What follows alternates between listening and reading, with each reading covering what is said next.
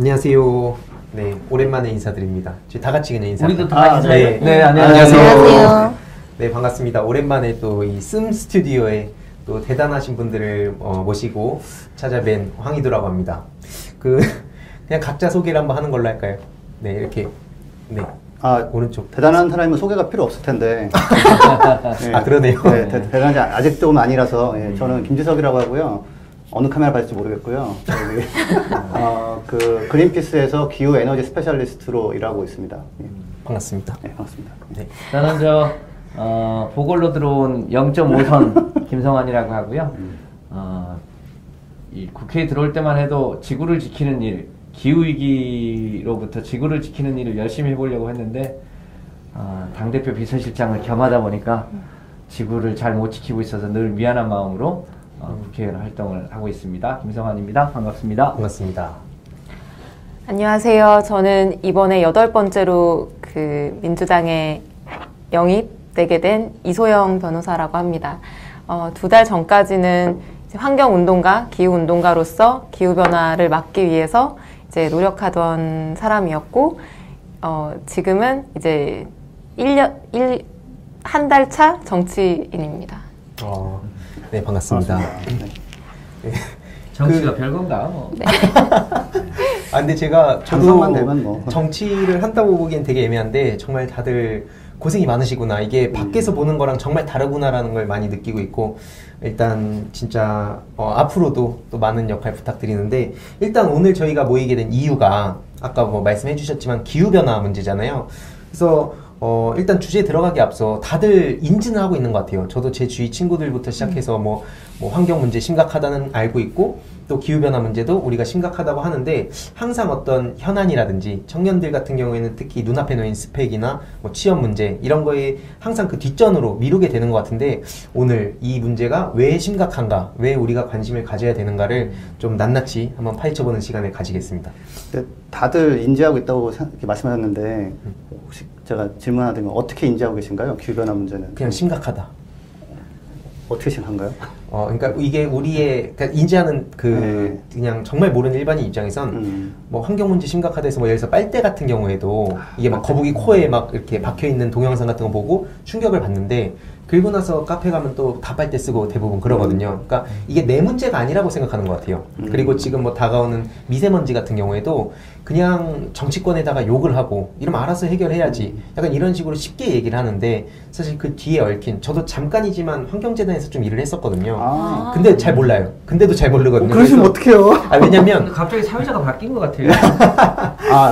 네, 그래서 뭐 그냥 하는 거죠, 뭐. 그래서 오늘은 저는 네.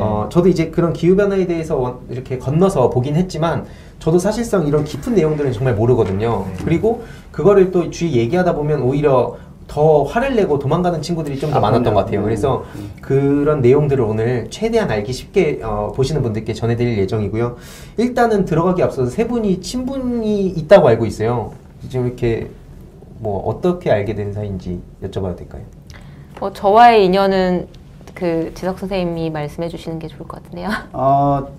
예전에 저는 이제 기후변화 외길 인생 한 20년 정도 되거든요. 네, 그래서 오랫동안 하고 있는데, 제가 영국 대사관에서 일할 때, 제가 봤을 때는 전혀 안 할 것 같았어요, 저는 이제. 그냥 직장 생활 하면서 취미처럼 하는 것 같은데, 뭐, 나름 또 진지한 눈빛을 보였다가, 그래서 변호사 생활 하실 때 제가 보고서 열심히 하신다길래, 뭐, 그래요, 뭐 이랬는데, 실제로 나중에 직장 그만두고 단체도 만드시고, 그러고서 또, 정치가 사실은 막 그때 하고 싶어 하시는 분위기가 아니었거든요. 근데 하시겠다고 들어오시는 거 보면서 또 후원금 내야겠구나. 어디서 돈을 만들어야 되나 고민하게 만드는 그런 사이죠. 예. 제 책을 참 찾았어요. 제가 기후위기를 알리려고 2014년도에 책을 썼는데. 기후불황이라는. 네, 기후불황이라고. 그래서 그거를 뭐 사서 또 읽으시고. 제가 그 책 안 봤는데.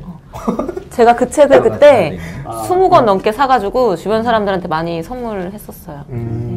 김성환 의원님하고 저의 인연은 제가 말씀드려도 될까요? 그러세요? 네. 제가 그 변호사, 로펌 변호사 그만두고 이제 환경단체 만들어서 기후변화 문제를 알리려고 국회를 엄청 열심히 다녔어요. 그래서 초당적으로 민주당뿐만 아니라 다양한 정당의 의원님들 만나면서 기후변화 문제 너무 심각하니까 관심을 좀 가져달라 이런 이제 활동들을 쭉 했었는데 관심 가져주시는 분들이 거의 없었어요.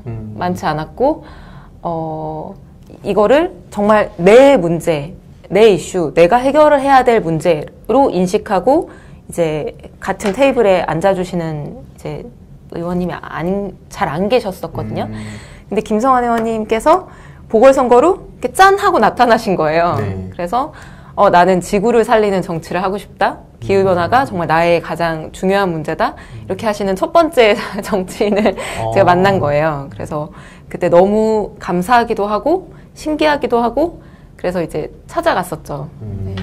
그게 첫 만남이었습니다. 저도 이제 덕분에 이 두 분이 그 분야에서는 저보다 훨씬 더 오래 전문적으로 활동을 해오셨고 저는 이제 막연하게 국회에 들어와서 기후 위기로부터 지구를 지키는 일이 무엇보다 중요한 정치적 과제다라고 생각하는데 뭐랄까 그런 명제만 있었고 전문성이 많이 모자랐는데 그런 거를 우리 두 분께서 많이 보충을 해주셨고 근데 그렇게 한 것에 비해서는 제가 2년 동안 뭐 기간이 짧다면 짧고 길다면 긴데 그 기간 동안에 얼마나 열심히 했나 생각해 보면 부족함이 많아서 좀 한편으로 미안하고 그래서 더 많은 사람이 함께 할 수 있도록 하는 일을 더 열심히 했었어야 되는 그런 후회도 한편으로는 있고요. 그렇게 알게 된 사이도. 네. 부정은 안 하시네요, 두 분. 반성 이렇게 좀 사과하시는데 부족했다 하시는데 아니라고 열심히 하셨다는 게 무슨 말 하려고 했는데 네. 바로 끊으셔서 흐르는 근데 정말 열심히 제 국회에서는 네. 제가 뭐 정말 저 열심히 하셨고 이런 것도 굉장히 또 많은 분들이 알게 되면 많이 놀랄 것 같습니다. 단언컨대 네. 제가 자신 있게 얘기하건데 이렇게 얘기하면 서운하실 분이 계실지 모르겠네요. 300분의 국회의원분들이 계시잖아요. 그 중에서 기후변화나 기후위기 문제를 가장 진지하고 열정적으로 고민하시는 분이 김성환 의원님이세요. 네, 제가 보증할 수 있습니다. 자뻑하자면 그럴 가능성이 제일 높긴 합니다. 네, 그 이유를 한번 이제 오늘 이 방송을 통해서 아마 이렇게 많은 분들이 또 듣다 보면 공감하실 것 같은데요. 그 개개인에게 한번 여쭤보고 싶어요. 환경 문제 사실 대부분의 거의 제 주위 청년들은 다 관심이 있다고 하거든요. 왜냐면 없다 그러면 뭔가 지금 시대에서 뒤처진 것 같고 뭔가 스스로 도덕적으로도 잘못됐다 생각하는 것 같은데 근데 문제는 뭐냐면 관심만 가지지 대부분은 있거든요. 그래서 그런 점에서 세 분이 어쨌든 이렇게 관심을 깊이 가지고 또 열심히 활동을 해오신 이유가 뭔지 좀 언제 관심을 가지게 됐는지 궁금합니다. 제가 먼저 얘기할까요? 네, 이번엔 이쪽으로. 네, 이렇게. 네. 원래 환경 문제에 전반적으로 관심이 있었던 사람인데 2006년에 그 엘고어 전 미국 부통령이 만든 불편한 진실이라는 영화랑 책이 있었어요. 그래서 그거를 받고 그게 굉장히 큰 파장을 일으켜서 그 다음에 2007년에 엘고어 부통령하고 이제 IPCC라고 하는 기후변화 과학자 단체가 노벨 평화상도 수상하고 그랬거든요. 그때 대중적으로 기후변화 문제가 좀 많이 알려진 시기였던 것 같아요. 근데 그때 책하고 영화를 봤는데 많이 충격적이었어요. 그 내용이 인간의 활동으로 인해서 기후변화가 일어난다. 그리고 이 기후변화를 막지 못하면은 수십 년 내에 수억 명의 사람이 재난으로 인해서 죽고 생태계가 완전히 무너지고 지구의 기후 시스템이 되돌이킬 수 없게끔 망가진다라는 이제 내용이었거든요. 그러니까 요약하자면은 지금 바로 엄청난 변화를 일으키지 않으면은 지구가 망한다는 거잖아요. 예. 그러니까 그때 그 내용을 접하고 나서 들었던 생각은 세상에 이거만큼 무서운 문제? 이렇게 엄청난 문제가 또 있을까? 이제 그런 생각을 했었고 그러면서 이제 공부를 시작을 했었죠. 기후변화에 대해서. 한 가지는 그 인간의 활동이라고 보통 하는데 그게 이제 뭐 이런 뭐 팬을 굴린다거나 뭐 이런 거 아니라 그렇죠. 석탄, 석유, 천연가스라는 에너지원을 쓰면은 문제가 생기는 거고 사실 그거는 다른 에너지원 중에서 그런 문제 안 일으키는 걸 쓰면은 문제가 없어요. 그래서 이게 약간 저희 항상 그 커뮤니케이션에서 인간의 활동 그러면 뭐 활동하지 마? 뭐 이렇게 생각하시는데 에너지원의 문제가 훨씬 큰 거지. 화석 연료의 사용. 그렇죠. 화석 연료도 사실 제가 보기엔 다 못 알아들어요. 그래서 석탄, 석유, 천연가스 요 세 가지가 이제 핵심이고 그것만 바꾸면 사실은 우리가 뭐 하고 있는 활동 같은 거를 웬만큼 하면서 살 수 있는데 이게 조금 오해가 많은 것 같아요, 아직도. 맞아요. 그러니까 전체 온실가스 배출량 중에서 한 90% 정도가 에너지 사용해서 배출이 되니까 그 부분을 획기적으로 줄인다고 하면은 굉장히 많이 도움이 그렇죠. 되겠죠. 그러니까 네. 인간의 활동, 딱 그 찝어서 그 세 개가 제일 문제라는 거는 제가 어떤 강조를 드립니다. 역시 네. 전문성이 제가. 이거 아무튼 네. 네, 맞습니다. 네. 이렇게 말씀 쉽게 해주시면 또 좋은 것 아, 같아요. 혹시 김성환 의원님은 어떤 계기로? 저는 이제 촌스럽지만 취미가 독서인데요. 이제 정치 활동을 오래전부터 해왔으니까 대한민국은 어디로 갈까? 세계는 어디로 갈까? 우리는 어디에서 왔는가? 이런 걸 늘 고민을 해보게 되잖아요. 예. 그러다 보면 이제 미래학자들이 쓴 책들도 많이 읽어보게 되는데, 우리가 세상을 굉장히 짧게 보는 경향들이 있어요. 특히 정치인들은 자기 임기가 4년이거나 5년이니까 5년 내에 뭔가 급하게 성과를 내야 되는 측면이 있는데 실제로 세상은 연결되어 있고 그것을 긴 안목에서 볼수록 일종의 숲을 볼 수 있는 거죠. 예. 네. 짧게 보면 나무밖에 안 보여요. 그래서 숲을 넓게 봤더니 여러 가지 중요한 문제들이 많이 있긴 하지만 어찌 보면 가장 절박한 문제가 기후변화 문제일 수 있겠다. 그렇게 생각을 하게 됐죠. 그러니까 일은 단계적으로 해야 되지만 예. 우리가 어느 일에 먼저 주목해야 될 것인가. 크게 보면 기후변화 문제와 인간의 경제적 양극화 문제 이 두 가지가 동시에 풀어져 나가야 우리 인류와 일종의 모든 생명체들 그리고 이 기적 같은 행성 지구가 온전하게 보존될 수 있을 것 같다는 생각을 하게 돼서 내가 살아있는 동안 정치를 하든 하지 않든 이 일은 계속해야 되겠구나 라는 생각을 하게 됐죠. 그 다른 두 분은 어떻게 보면 이제 전문가로 많이 이제 알고 계실 텐데 김성환 의원님은 뭐 지금 이제 방송을 보시는 분들이 의외인데 막 이런 분들도 좀 많이 계실 것 같아요. 근데 또 보니까 환경 관련 저서도 쓰셨다고 하는데 어떤 책인가요, 그건? 뭐 환경 관련 저서는 아니고요. 네. 제가 이제 구청장을 8년 하고 8년 마무리하면서 쓴 책이 공존의 시대라는 책이에요. 공존의 시대.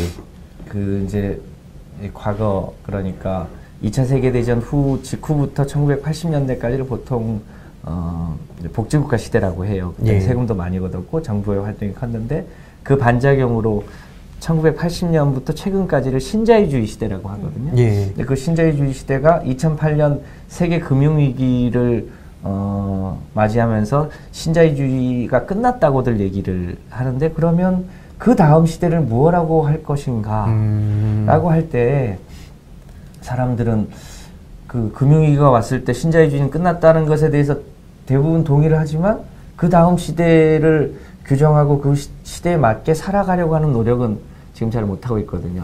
그 틈새에 그냥 4차 산업혁명 같은 게 끼어들면서 왠지 우리가 거기를 쫓아가야 될 것 같은 AI, 뭐 빅데이터 이런 것만 하면 뭔가 잘 될 것 같은데 좀 더 시대를 크게 보면 이 공존의 가치가 필요한데 그 시제가 마침 기후위기가 점차 쌓여왔지만 표면에 잘 안 드러났던 게 2000년을 넘어서면서 본격적으로 세계적인 화두가 됐거든요. 그러니까 신자유주의 시대가 끝날 무렵에 일종의 이제 사람들의 경제적 격차가 너무 커졌고 기후 위기도 전면으로 드러났고 이런 시대이니만큼 이제는 나만 잘 먹고 잘 살면 된다가 아니라 우리 지구와 인류도 공존해야 되고 지구와 다른 생명체도 공존해야 되고 그 안에 있는 사람들도 나만 잘 먹고 잘 사는 게 아니라 모두가 공정하게 대접받으면서 잘 사는 새로운 시대를 만들어야 된다는 취지의 책을 한 거였었죠.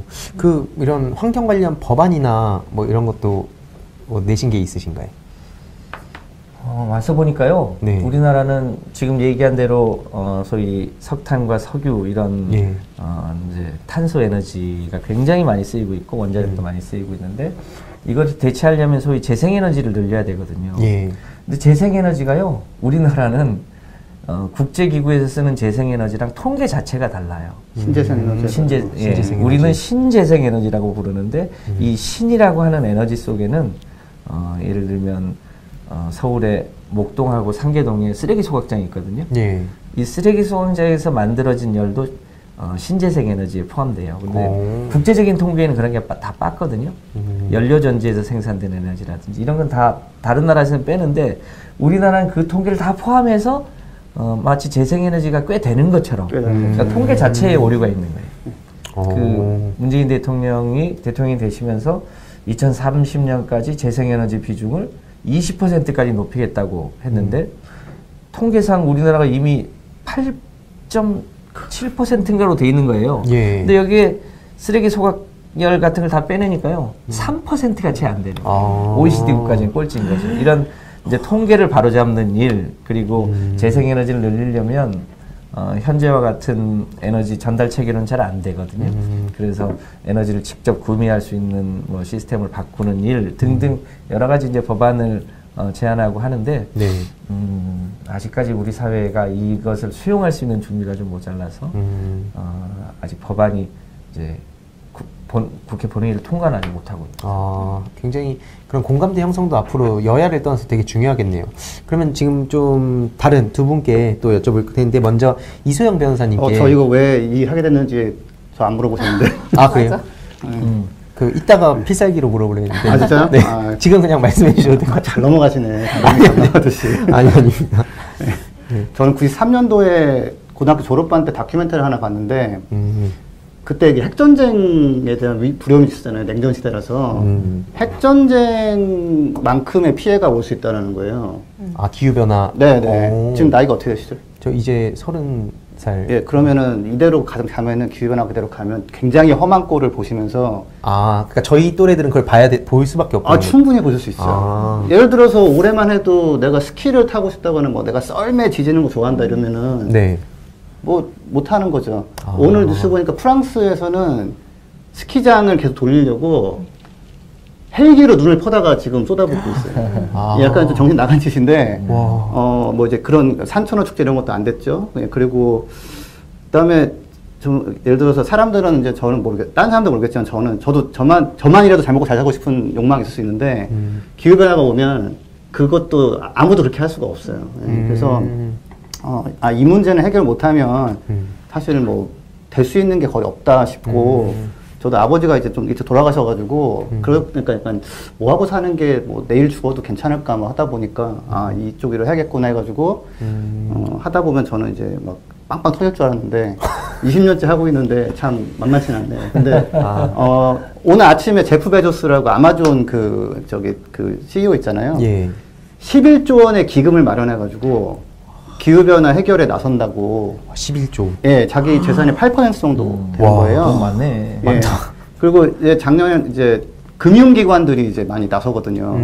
이쪽 안 챙겼다가는 우리 가진 거 다 날아가겠는걸? 예, 그래서 이게 되게 이슈가 되어서 있는 상황이고, 그래서 저쪽에서 막막 터지지 않을까. 아무튼 저는 한 20년째 이거를 계속 지금 하고 있는데, 하나 큰 오해가 뭐 어린아이들이 걱정이다 하시는 분들이 있는데 절대 그렇지 않습니다. 30대 뭐 40대 굉장히 험한 꼴 많이 볼 수 있습니다. 이대로 가면. 예, 그래서 그 점 한번 강조드리겠습니다. 와, 되게 오싹해지는데 저도 뭔가 많이 배워야겠다는 생각이 드는데 예전에 그 MBC 무한도전에서 나비 효과 그 프로그램 보고 저도 좀 충격을 받았었거든요. 그러니까 뭔가 젊은 친구들도 그런 막 시각적인 뭐 영화나 어떤 예능 같은 거에 영향을 되게 많이 받는데 실제로 그런 게 연결이 돼 있다는 게 저도 되게 놀랐어요. 그래서 오늘 좀 더 자세히 한번 여쭤보고 싶습니다. 그 이소영 변호사님은 환경 변호사로 일하시다가 지금 더불어민주당의 인재영입 이렇게 케이스로 들어오셨잖아요. 네. 뭐 환경에 대해서 좀 어떤 달라진 점이 좀 있나요? 그 전후로. 그 첫 번째 달라진 점은 만약에 제가 이번에 그 인재영입으로 입당하지 않았으면 아마 이 자리에 앉아 있었을 텐데 이 자리에 앉아 있다는 게 하나의 큰 차이네요. 네. 자리 차이. 변화인 것 같고요. 네. 그 제가 요새 느끼는 거는 저는 원래 전문가로서 좀 활동을 했었거든요. 그래서 여러 가지 기후변화 문제를 얘기하거나 이걸 위해서 어떤 정책이 바뀌어야 되는지 얘기를 되게 많이 하고 다녔는데 어디서 뭐 발표도 많이 하고 토론도 많이 하고 근데 그때 이제 제 얘기를 듣는 분들은 네. 공무원분들, 이렇게 정부 부처 공무원분들이거나 아니면 국회에서 어떤 정책을 만드시는 분들 또는 그 업계에 계신 분들 그러니까 대부분 이 내용을 잘 아시는 분들이었어요. 근데 지금은 이제 제가 이 얘기를 할 때 어떤 그런 업계에 계신 분들이나 어떤 관련된 일을 하시는 분들이 아니라 국민분들에게 이 얘기를 이제 해야 되는 거잖아요. 예. 그래서 그 언어가 많이 달라져야 된다라는 걸 많이 느끼고 있고 저는 이 내용을 뭐 지금 10몇 년째 계속 하고 있으니까 저한테는 너무 당연한 문제고 익숙한 문제인데 이걸 어떻게 잘 설명드리고 공감을 얻을 수 있을까. 이게 이전에는 많이 고민하지 못했던 문제인데 요새는 이제 그게 정말 큰 고민이 됐습니다. 이게 다 아마 저도 되게 연결이 된다 생각해요. 이 역할이 또 있고. 그래서 여기 계신 세 분의 역할이 앞으로도 되게 중요한 것 같고 저도 이런 소식들을 앞으로 이렇게 유튜브를 통해서도 계속 환경 문제에 대해서 알려야겠다는 생각이 지금 막 번쩍 들었습니다. 와. 정말 중요합니다. 네. 저희는 해도 잘 안 들어요. 많이 듣게 하는 법 아시는 네. 분이 좀 네. 다뤄주시면 너무 감사하겠습니다. 예, 자주 이렇게 좀 모셔야겠어요. 네, 공짜 출연 제가 3회까지 제가 해드릴게요. 3회까지? 4회부터는 조금 챙겨주시고. 알겠습니다. 별로 3회까지. 안 비싸요. 그럼요. 네. 좋습니다. 그러면은, 그린피스의 또 그 기후에너지 스페셜리스트라고 하시는데, 네. 각 정당하고 이렇게 오늘과 같은 만남들을 계속 하고 계신가요? 다른 뭐 정당들하고도? 네, 저희가 정식으로 이제 그 정책 제안서를 네. 그 주요 정당한테 다 보냈고요. 그다음에 이제 관련해서 이제 어떻게 하고 계신지, 그다음에 그 추진에 있어서 뭐 어려움은 이제 무엇인지 사실 말하고 싶으실 텐데 말할 기회가 없으실 것 같아서 그 얘기도 들어보고 같이 고민도 해볼 겸해서 계속 접촉하고 있습니다. 좀 어떠세요? 현실적으로 이렇게 만나셨을 때? 뭐 정의당 같은 경우는 그 안에서 좀 그걸 동의하신 분들이 좀 이미 있으시기도 하고 해가지고 사실 이미 정책 제안서 저희 냈던 거 비슷한 내용으로 이미 뭐 나오기도 했고요. 예. 뭐 녹색당 같은 경우도 뭐 좋은 내용 많이 담은 거 발표하셨고, 근데 이제 아직까지는 민주당에서 제가 정식으로 무슨 반응 뭐 나온 건 없기 때문에 이제 궁금해서 제가 여쭤보러 온 거고, 예. 그다음에 뭐 이제 한국당인가요? 뭐 통합보수당인가요? 미래통합당인가요? 예. 네, 거기 같은 경우는 많이 바쁘시대요. 근데 뭐 바쁘시기도 하겠죠. 뭐 당 통합하고 뭐 그런 이슈가 있으시니까. 예. 근데 정책 1호로 거기서 나온 게 그때는 이제 자유한국당일 때인데 뭐 굉장히 좋은 저탄소 에너지를 뭐 하겠다는 식으로 한 줄 들어가 있긴 해요. 네. 원자력. 원자력인가요, 결국에는? 예. 그럴 것 같긴 했는데, 아무튼 뭐 나중에 한번 여쭤보려고요, 만나면. 바쁘셨나 보네요. 예, 바쁘신 것 네, 같아요. 많이 바쁘시대요. 예. 예. 전화는 받아주시더라고요. 전화만. 예, 바쁘다. 근데. 네, 좋습니다. 그 여러 가지 얘기들 굉장히 궁금한 게 많아지는데 일단은 그 이세영 변호사님은 지금 아까 김성환 의원님께서 이런저런 고민도 말씀하시고 그간 해오신 노력 같은 것도 짧게 말씀해 주셨는데 좀 어떻게 보세요? 이런 해오신 활동이라든지. 김성환 의원님이 네네. 해오신 활동이요? 네네. 뭐 그거랑 뭐 이제 아니다. 민주당이? 예, 그러니까 이 활동도 그렇고 전반적으로 그린피스의 지금 이 설명도 해주셨잖아요. 예, 그런 전반적인 지금 이런 앞에 쭉 말씀을 들으셨는데. 그린피스가 지금 오늘 요청한 게 보니까 기후 참정권 프로젝트의 일환이더라고요. 네, 맞죠? 기후 참정권 프로젝트. 네. 근데 사실 정치가 너무 중요하잖아요. 그럼요. 모든 문제의 어쨌든 시작이자 또 해결 지점이 정치에 있고, 근데 환경 문제에 관심이 많으신 분들이 저 그냥 통계를 보고 말씀드리는 건 아니고 그냥 제가 이제 무슨 말인지 알 것 지금까지 같아요. 느끼는 건데 정치에 좀 관심이 없으신 편이에요. 맞아요. 그리고 정치에 대해서 약간 혐오도 좀 크신 맞아요. 편이고 네. 특히 군소정당에는 비교적 관심이 있으시고 어떤 그 기여를 하시지만 정부나 어떤 수권 정당에 어떤 영향을 미쳐야 되겠다. 혹은 뭐 이쪽에 어떤 발언을 해서 이런 정책이 반영되게 해야 되겠다라고 하는 부분에는 관심이 없으신 경향이 조금 있거든요. 제가 경험해 보면은. 근데 그게 뭐 다양한 환경 문제, 뭐 기후 변화 문제, 어떤 문제이든지 간에 어떤 문제를 해결하려고 하면은 어떤 정치에, 그것도 주류 정치의 어떤 깊숙한 곳에서 이것들이 이제 고민이 생겨나야 되는 거고, 그걸 위해서는 이제 사회적인 어떤 목소리도 높이고, 그게 정당이나 정치인에게 요구도 하고 답변도 해달라고 자꾸 요구하고 이렇게 해야지 이제 그런 얘기들이 피어날 수 있는 거잖아요. 그래서 그런 역할을 이번에 그린피스가 이번 총선에서 담당해 주시는 것 같아서 굉장히 의미 있고 좋다고 생각합니다. 후원 부탁드리고요. 네. 그리고 한 가지 중요한 게 그 환경 하시는 분들이 기후변화를 되게 놓치시는 경우가 되게 많아요. 근데 이게 뭐가 문제냐면 다른 환경 문제, 예를 들어서 뭐 마을을 깨끗하게 하자 이런 거는 마을 차원에서 할 수가 있는데 네. 이 기후변화를 막는 거는 사실은 한 나라의 정부만 해서도 안 되는 거고 이렇게 주요 국가의 모든 정부와 모든 정당들이 사실 힘을 합쳐야 되는 문제거든요. 네. 근데 이렇게 환경 하시는 분들이 조금 그 생각을 아직 잘 못 하시는 것 같아서 저희도 이제 그 후원받는 조직으로서 저희 회원분들이 기후 참정권 캠페인 한다고 그러면은 이게 뭐지? 뭐 이런 생각을 하실 수가 있는데 그린피스 입장에서는 그런 약간 리스크를 감수하고라도 이 캠페인을 하지 않으면 나중에는 정말 제 역할을 뭐 시도도 안 했다고 되기 때문에 저희도 좀 어색함을 무릅쓰고 이제 이런 캠페인을 시작을 한 겁니다, 최근에. 그 김성환 의원님은 좀 어떻게 보세요? 이 그린피스의 이런 목소리와 뭐 활동 이런 것들? 굉장히 의미 있고 중요한 일이죠. 그러니까 정치 영역에서 해야 될 일이 있고 또 시민사회의 캠페인 영역에서 해야 될 일이 있고 또 환경단체 내에서도 각 단체별로 주목하고 있는 게 조금씩 틀려요. 그러니까 탈핵운동을 열심히 하는 단체들이 있고요. 네. 그리고 또 뭐 쓰레기를 재활용하는 데 관심이 많은 데도 있고 이제 각각이 다 소중한 단체이긴 한데 지금 이제 지구 전체로 닥치고 있는 이 기후 예전에는 변화라고 했고 요즘은 기후 위기라고 하고 최근은 기후 비상사태라고 하는 이 부분을 집중적으로 우리 그린피스가 열심히 하고 있어서 그런 면에서 정치를 하고 있는 입장에서도 많이 뭐랄까요 영감을 얻기도 하고 우리가 좀 더 이 부분에 집중해야 되는 거 아닌가에 대한 긴장감도 갖게 해주는데 굉장히 기여하고 있어서 참 수고가 많다. 참 우리가 더 열심히 해야 되지 않을까 이런 생각을 하는데 상당한 총무 역할을 한다는 점에서 감사한 마음을 갖고 있습니다. 이걸 보시는 분들도 이제 그린피스에 후원을 좀 많이 하셨으면 좋겠고 저도 후원을 시작해야겠네요. 반성하게 됩니다. 저 가도 되나? 그날 가도 되나? 제 주연을 한 것 같아요. 오늘 돈 벌러 오신 거예요? 그건 아니죠. 좋은 활동을 위한 후원이 나와서 재치 있게 한 건데. 매기신 것 같은데.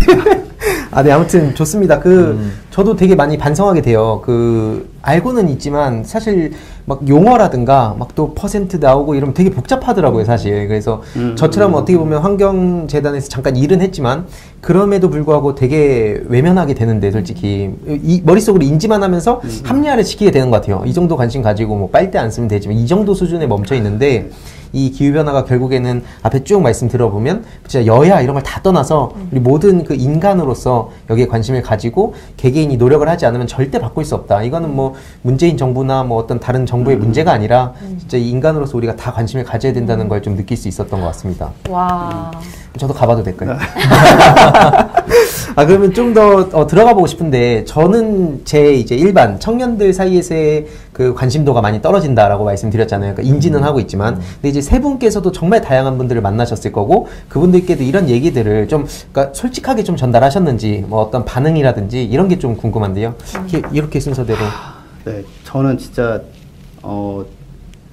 기회가 있을 때마다 다 전달했고 제가 책 쓴 다음에는 또 재밌는 기회가 나왔던 게 삼성 사장단 협의회에도 가서 제가 강의를 해본 적이 있어요. 그때 엄청 고민 끝에 제 결론은 뭐냐면 임진왜란 때처럼 거의 저는 이게 사실 기후변화가 지구의 위기 뭐기도 하지만 민족 최대 위기 같은 거거든요. 그러니까 이 땅에서 더 뭐 나무가 자라고 뭐 곡물이 나고 물고기가 뭐 왔다 갔다 해서 잡아다 먹고 이런 거를 못하게 되는 식의 위기고 그게 무슨 2100년 이런 게 아니라 한 이제 10년, 20년, 30년 안에 진짜 험한 꼴 많이 나오시는 상황이 되었어요.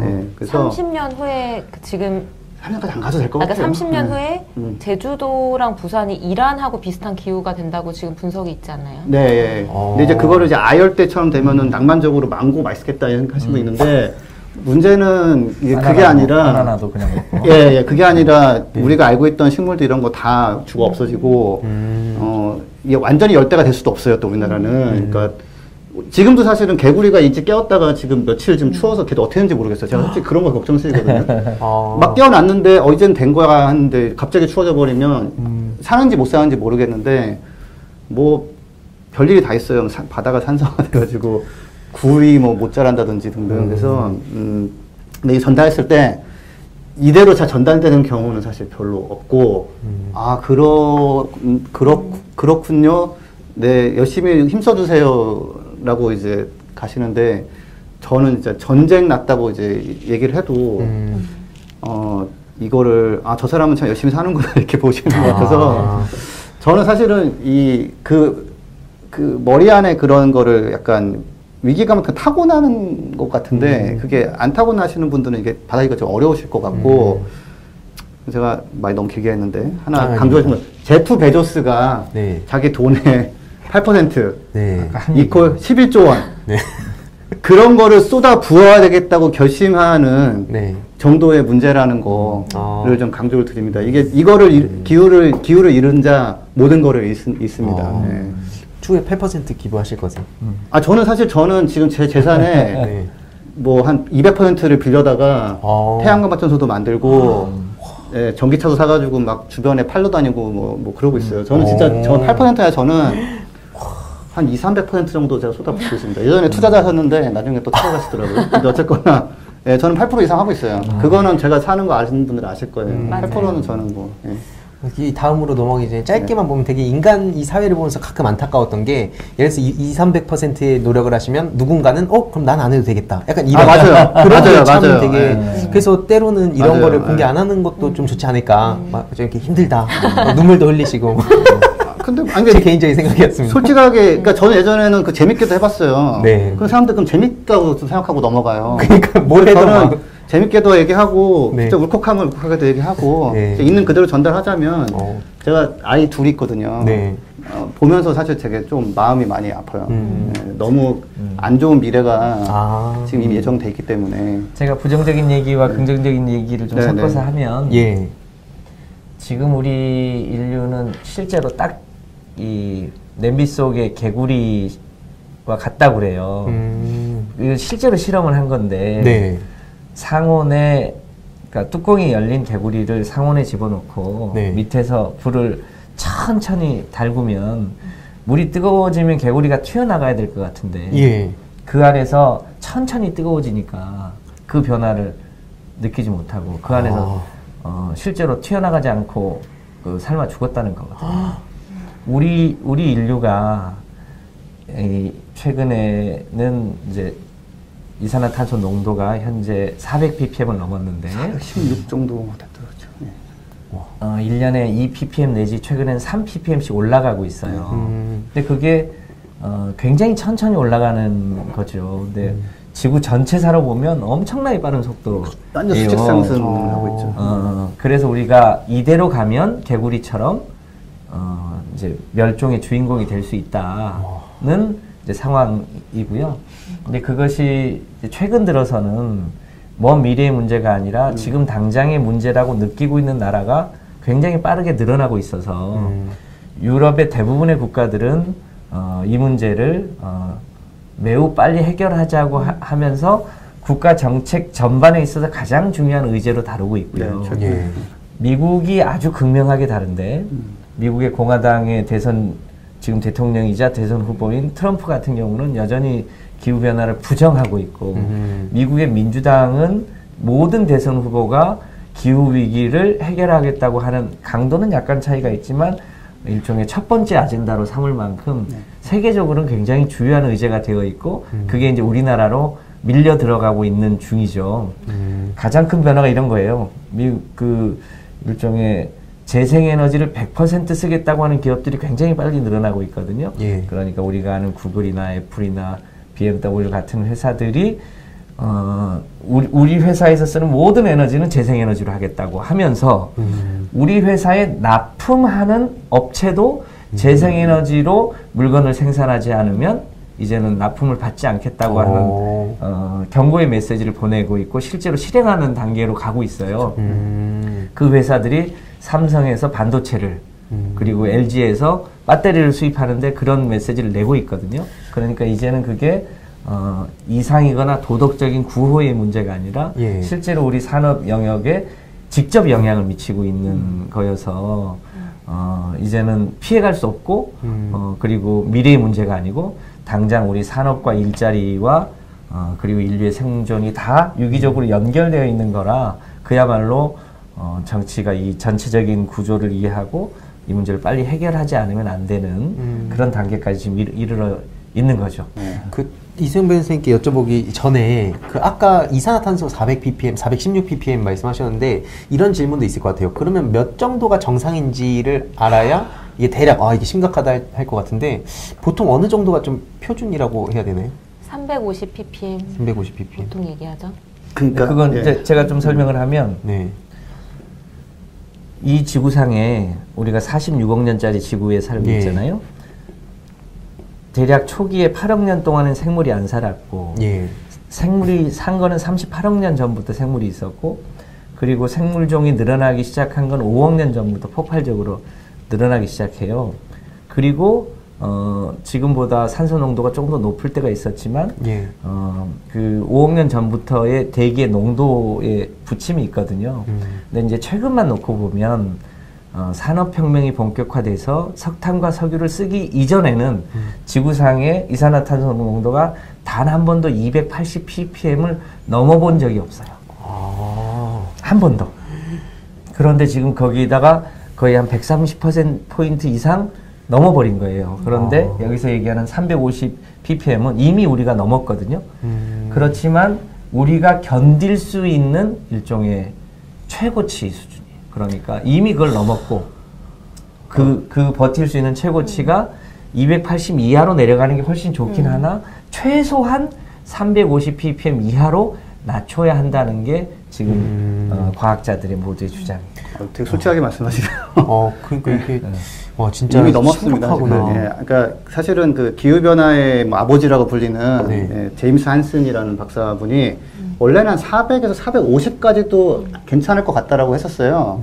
근데 이제 연구를 거듭할수록 350 정도가 사실은 안정치고 라는 거를 398 정도 됐을 때 발표하셔서 제가 그걸 책 내용에다 넣었었거든요. 그래서 그러니까 지금은 마진 얼마큼 남았지? 얼마큼 더 가도 괜찮지 보다는 이미 넘었는데 완전 폭주하게 안 하려면은 어떻게 되느냐 그런 상황인 거죠. 그래서 사실은 아까 그 심각성을 솔직하게 얘기하고 있느냐 이 말씀 하셨잖아요. 엄청나게 심각한 상황이에요. 그리고 이게 지금 모든 노력을 경주한다고 해서 이 재앙, 이 위기를 막을 수 없을 가능성도 있어요. 그래서 굉장히 어떻게 보면은 암담한 상황인데 저는 이런 암담하고 심각한 상황을 좀 솔직하게 얘기해야 된다고 보는 입장이거든요. 그래서 가령 그 환경단체나 언론에서 이 기후변화 문제를 소개하거나 얘기할 때 북극곰 사진을 사용하는 경우가 많이 있어요. 근데 그렇죠. 그러면은 이제 이거를 접하는 사람들 입장에서는 이게 북극곰의 문제인가 보다. 북극에서 북극곰이 멸종하는 문제인가 보다 이렇게 생각을 하고 말 수가 그쵸. 있잖아요. 저 멀리 떨어진 얘기인 것처럼. 근데 예전에는 오래전엔 그랬을지 모르겠는데 지금은 이제 진짜 인간의 문제거든요. 그리고 다음 세대도 아니고 정말 우리 세대 아까 말씀하신 것처럼 우리 아이들만의 문제가 아니라 제가 당장 살아가는 시대에 닥쳐올 문제이기 때문에 저는 이게 우리의 문제다라는 걸 인식하고 굉장히 암담하지만 어떻게 이 문제를 같이 극복할 수 있을지 찾는 게 정말 중요한 것 같아요. 그러면 그 북극곰 사진 대신 이수영 변호사님 얼굴 넣어놔도 되나요? 저요? 거기다, 네, 뭐 원하신다면. 네. 이게 너무 심각한 거를 저도 말씀해 주셨지만 이게 내 문제가 아니라고 생각하는 게 되게 큰 것 같아요. 네. 그러니까 뭔가 뭐 동식물에 대해서 요즘 이제 그런 동물에 대한 뭐 이런 감수성 얘기도 좀 나오고 있는데 그 실제로 그냥 그건 그들이 불행한 거지 막 이런 식으로 생각하면서 인간이 막 진짜 이 세계에서 가장 위대한 동물인 것처럼 얘기를 하는 경우도 많이 있는 것 같은데 사실 이 문제에 대해서만큼은 저희가 자연 앞에 굉장히 작다는 거를 항상 생각하고 있지 않아요? 근데 저는 그거 한 가지가 우리가 자연을 완전히 바꿔놨거든요. 인간이. 그러니까 지금 지금 영국도 홍수고 호주에서 산불이 6개월 동안 타가고 막 그랬는데 그거는 인간이 만들어낸 기후예요. 새로운 기후, 신기후입니다. 아, 신기후. 예, 그러니까 그 지금 덮쳐오는 그 자연재해라고 우리가 부르는 거를 그래서 해외에서는 자연재해라고 부르지 말자.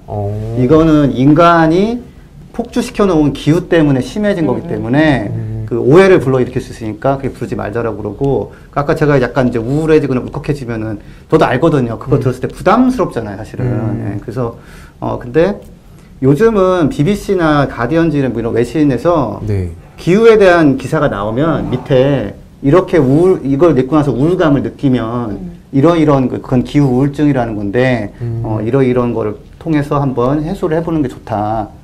예, 그렇게 나올 정도예요. 그러니까 이거 솔직하게 다루기 시작하면 사실은 그걸 제대로 탁 이해하는 순간 뭔가 이게 세계관이 좀 바뀌거든요. 이게 이런 상황이었어? 그래서 근데 그렇게 얘기를 안 하고 하자면 지금 필요한 빠른 변화 이런 거를 네. 하겠다는 사람이 너무 이상해 보이는 거예요. 급한 일도 아닌데 왜 이렇게 서두르나. 근데 사실은 굉장히 급한 일이거든요. 그래서 그걸 알리기 위해서는 그러니까 제가 임진왜란 때 왜군이 쳐들어올 거라고 막 말한 적이 있었는데 아무것도 안 하다가 좀 당했잖아요. 네, 맞습니다. 네, 그래서 최소한 그렇지 않으려면은 좀 문제가 심하다는 건 얘기를 해야 되고 그래서 저희 정책 제안서를 쓸 때 너무 세게 쓴 것 같은데 그렇게 안 하면 해결이 안 되니까 써서 전달을 이제 해드렸죠. 제가 그 정책 제안서 봤는데 뭐 그렇게 세진 않던데요. 그렇죠. 뭐 그렇긴 해요. 당연히 해야 되는 더 세게 써야 되는 면도 있는데 저희는 이제 현재 약간 받아들여지는 국제적인 그런 네. 과학 기준에서 이렇게 써서 이제 전달해드린 거죠. 그러면은 또 이제 궁금해지는 게 이제 김성환 의원님께도 여쭤보고 싶은 건데 이 기후변화 해결에 대해서 정당의 역할이 뭐라고 생각하시는지 혹시 짧게만? 네, 짧게. 예. 이 업계에서 꽤 유명한 얘기가 있는데 아까 얘기했던 생명력이 폭발적으로 늘어난 다음에 5번의 멸종이 있었어요. 5번. 네. 5번째 멸종이 6,800만 년 전에 공룡이 멸종할 때가 5번째였어요. 엄청나게 큰 운석이 지구에 떨어져서 멸종했다고 하는데 예. 공룡은 자기가 멸종할 줄 모르고 멸종됐어요. 근데 우리 인류는 이 방향으로 가면 그 6번째 주인공이 우리가 될 수 있다는 사실을 알매도 불구하고 이 방향으로 가고 있는.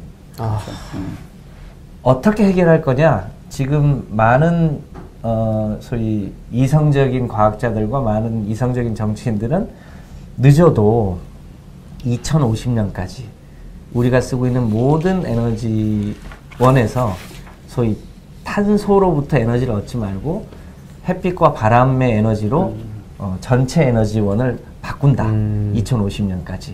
30년 남았죠. 와, 갑자기 이렇게 되니까 뭔가 되게 짧게 느껴지는데. 네. 이 30년 동안 우리가 쓰고 있는 현재는 대부분을 석탄과 석유 에너지원으로 동력을 움직여서 우리 문명 체계를 바치고 있는 거잖아요. 예. 자동차도 그렇고 건물도 그렇고 이런 조명도 때문에 그렇고. 이 모든 것을 이 탄소에 의존하지 않는 새로운 문명 체계를 만들어야 되는데 그건 누가 만드냐? 정치인이 만들고 그 정치인은 정당에 소속돼 있으므로 그 정당이 마찬가지로 2050년까지 화석연료를 쓰지 않는 새로운 문명 체계를 설계하고 그것이 폭력적으로 가지 않고 그것이 인간의 교육과 실제 생활을 편리하게 하면서도 지속 가능하게 할 수 있도록 설계하는 주체도 정당이 되어야 하는 거죠. 그런 면에서 민주당이 해야 될 역할이 매우 중요하죠. 좀 더 끌어오자면 2050년도 뭐 당연히 이제 약간 상상이 되는 거지만 뭐 전 40대 중반이니까 모르겠어요 어떻게 될지. 근데 2050년에 제로로 가야 되는데 2030년까지는 한 절반을 줄여야 된다라는 게 또 가장 그 작년 말에 나왔던 UNEP나 이런 데서 나왔던 말이거든요. 그래서 그 과업이 30년 있어? 그러면은 30년 내에 뭐 하면 되는 거 아닌가 생각하면은 근데 조금 시간이 있는 것 같잖아요. 10년 안에 반으로 줄여야 되는 상황이에요. 1년에 7.6%씩 감축. 7.6%씩. 예. 그랬을 때 최악을 피할 수 있는 확률이 현재 한 50% 남았습니다. 예. 그래야 50% 최악을. 예. 그래서 야 절반은 정말 힘들게 줄였어. 그러고서 딱 보니까 확률이 이제 한 맥스가 50%예요. 와, 이 심각한데 여기서 이럴 때가 아닌 것 같습니다. 너무 심각한 빨리 수준. 어떻게 나가서 해야죠. 어떻게 뭘 더 할까요? 잘하고. 아, 그러니까 뭘 해야 되죠? 아, 이게 진짜 심각하네요, 진짜. 이런 걸 해줘야 되는 거예요. 뭐 여기도 나와 있겠지만 유럽의 많은 나라들이 석탄 발전소를 언제까지 제로로 만들겠다. 또 많은 나라들은 우리나라는 언제부터 소위 이 지금 자동차의 대부분의 연료가 휘발유거나 LNG거나 네. 디젤이거나 그렇잖아요. 그런 화석 연료로 타고 다니는 자동차 생산을 중단하겠다. 혹은 수입을 중단하겠다. 이렇게 판매 금지 이 예고를 하죠.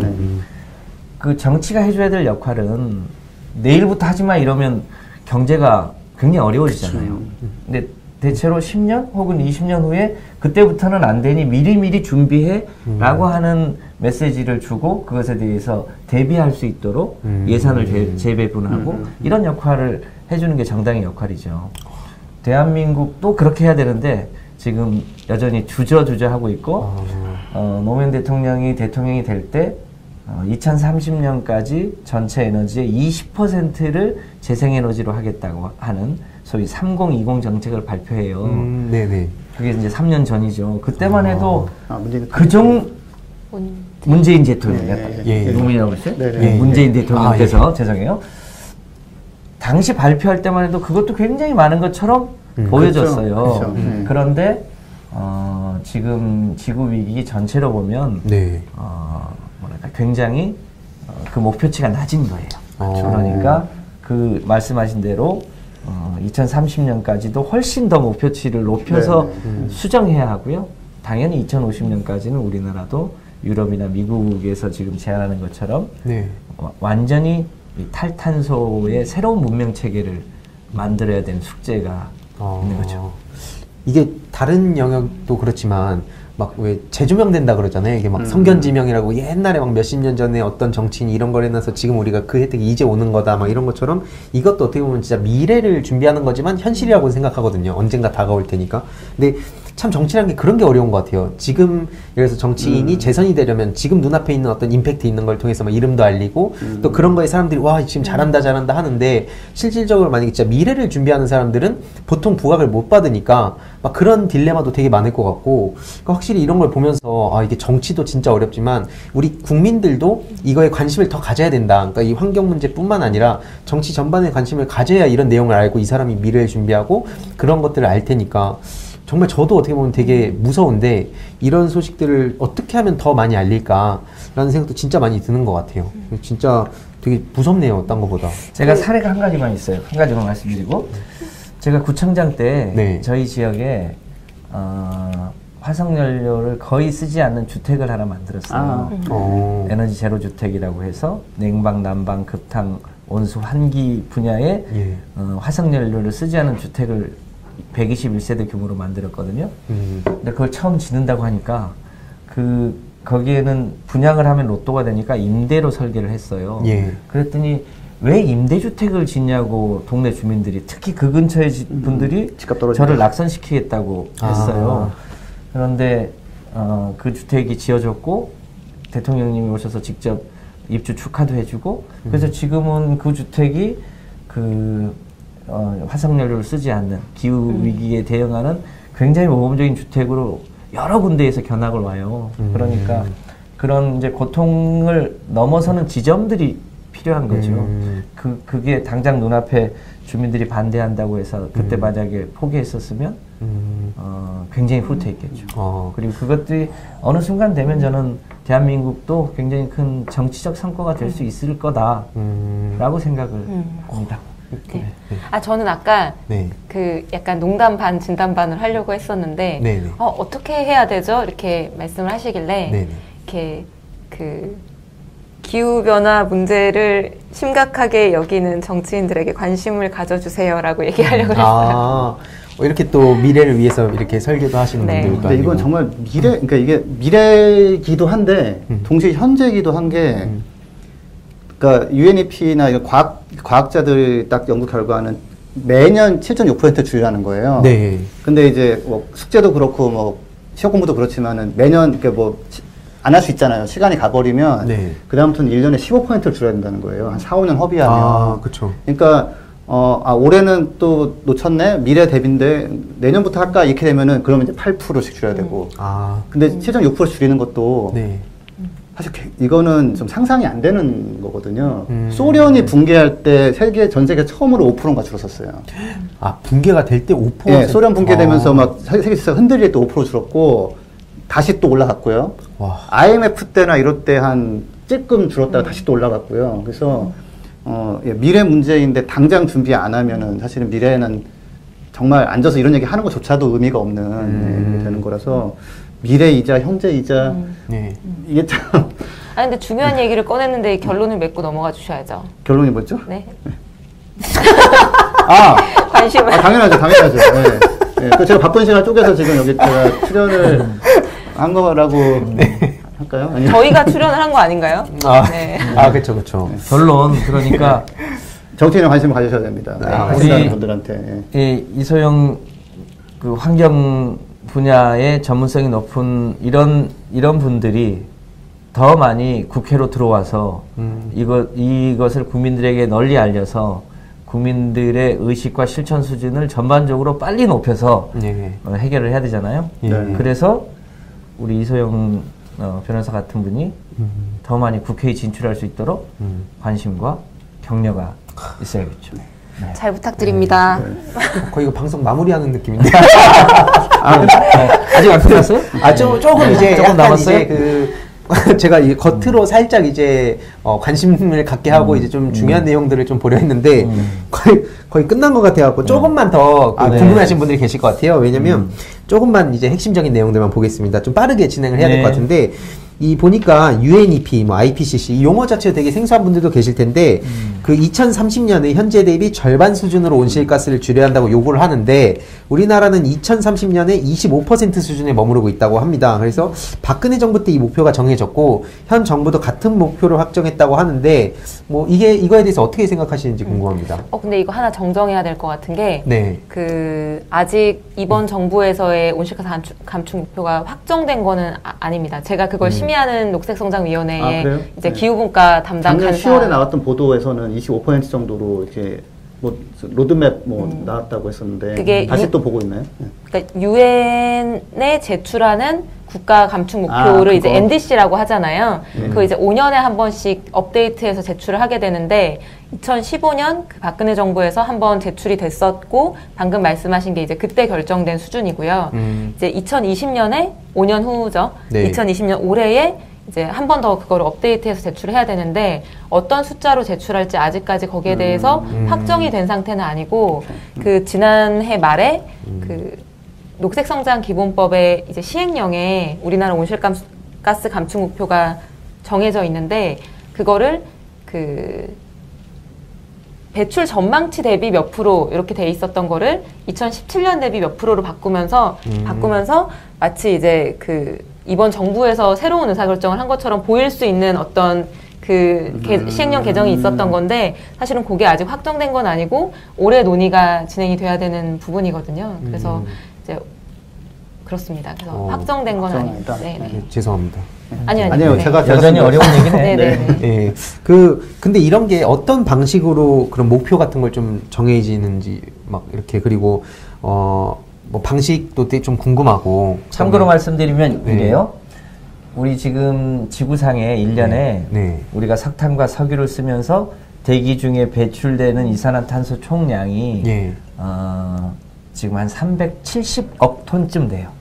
370억 톤이 우리가 화산에서 나오는 거 빼고 대부분 우리가 석탄 발전소 혹은 우리가 쓰고 다니는 자동차 등등에서 나오는 총량이에요. 우리나라는 세계에서 7번째로 이산화탄소를 많이 배출하는데 우리나라가 배출하는 총량이 약 1년에 7억 톤쯤 돼요.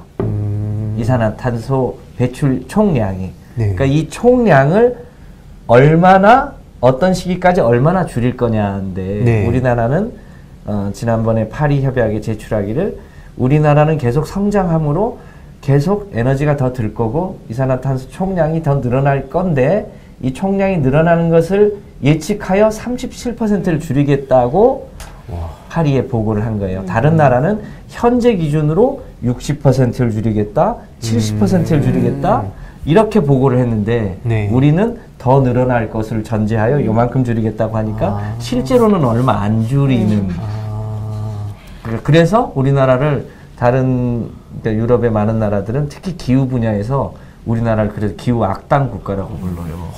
4대 악당 중에서 뭐 1, 2를 그만큼 약간 좀 오명이죠. 근데 그게 사실 오명을 입게 된 배경을 제가 조금 설명을 드리자면은 네네. 그 우리나라가 국가 온실가스 감축 목표 이제까지 2번 세웠거든요. 네.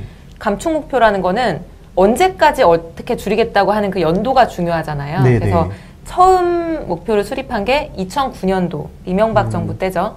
2020년까지 얼마를 줄이겠다. 이게 이제 첫 번째 우리나라의 감축 목표였고요. 예. 그 다음에 아까 이제 잠깐 언급됐었던 2030년까지 얼만큼 줄이겠다라고 하는 게 2015년 박근혜 정부 때 이제 발표가 됐었어요.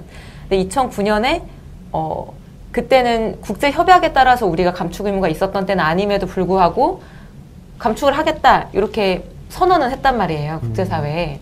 근데 그러고 나서 사실 아까 석탄, 석유, 뭐 가스 이런 것들이 가장 핵심적이라고 말씀을 하셨잖아요. 근데 네. 그 중에서도 석탄 발전소라고 하는 게 뭐 어마어마한 온실가스 배출원이에요. 엄청나죠. 그냥 딱 60개의 굴뚝이 전국에 있는데 그게 네.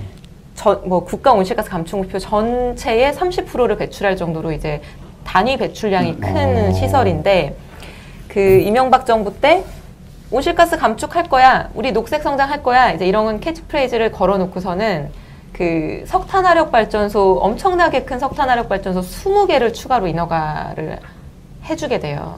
그래서 그게 20개가 얼마나 많은 거냐면은 그 이전에 있었던 용량의 거의 2배 가까이 늘리는. 그러니까 온실가스는 감축할 거야라고 이제 얘기해놓고서 석탄 발전소는 2배로 늘리는.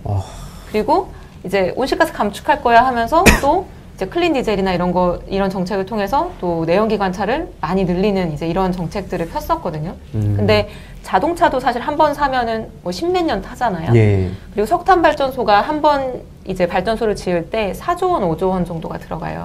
한 번 지어놓으면 굉장히 없애기가 어려운 시설인 거죠. 그래서 이제 그 어떻게 보면 조금 비극적인 스토리라고 할 수 있는데 이렇게 환경 정책, 뭐 기후 정책에 대해서 이제 한 말과 에너지 정책에서의 실제로 펼친 정책이 너무나 모순되게 이제 다르게 가면서 우리나라 온실가스 배출량은 그 이후에 엄청나게 늘었어요. 매년 기록을 갱신하면서 증가할 정도로. 근데 이제 그러한 상황에서 그 말씀하신 것처럼 아까 말씀하신 것처럼 이제 문재인 정부 하에서 온실가스 감축 이제 열심히 하려고 노력하고 있고 새로운 에너지 정책을 만들고 있는데 네. 그게 그런 거대한 장기 인프라 산업이라는 특성 그리고 여러 가지 그런 에너지 사용을 갑자기 이제 단기간 안에 바꾸는 게 여러 가지 또 제약이 있기 때문에 그런 것들이 조금은 시간은 걸리겠지만 그런 방향으로 가고 있는 거는 분명한 것 같습니다.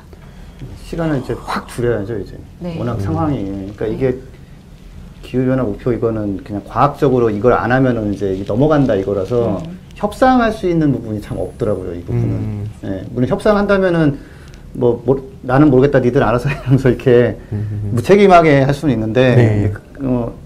그런 것이 이제 정부나 정당이 이제 그러면 안 되는 거니까. 예, 근데 이제 한 가지는 시청자분들 이해했으면 좋겠다는 거는 저희가 무슨 막 아무 근거 없이 우리의 느낌에 따라서 뭐 요구하고 이런 게 아니라 과학자들이 정말 우리 뭐 보통 빅데이터 얘기하는데 기후변화만한 빅데이터가 없어요. 전 세계에 막 여러 가지 모든 것들을 몇십 년간 모아서 또 돌려보고 한 결과 이대로 가면 진짜 큰일이다 해가지고 나온 거라서 이제 목표 필요하고 어떻게 보면 정상적인 뭐 민주사회에서는 민주적으로 하기 어려운 일도 약간 좀 할 수밖에 없는. 근데 이제 그럴 때 이제 시민분들이 어떤 문제인지 아시면 또 도움이 되겠죠. 그래서 근데 여기서부터는 제가 그럼 좀 민주당에 또 이제 아까 처음에 사실은 이제 이렇게 그러니까 당대표 비서하시는 것도 힘들다고 하셨는데 사실은 제가 봤을 때 내가 권력이 좀 있다 이런 말씀하신 것 같아서 뭐 거의 민주당 입장으로 제가 라고까지는 생각하지 않고 아무튼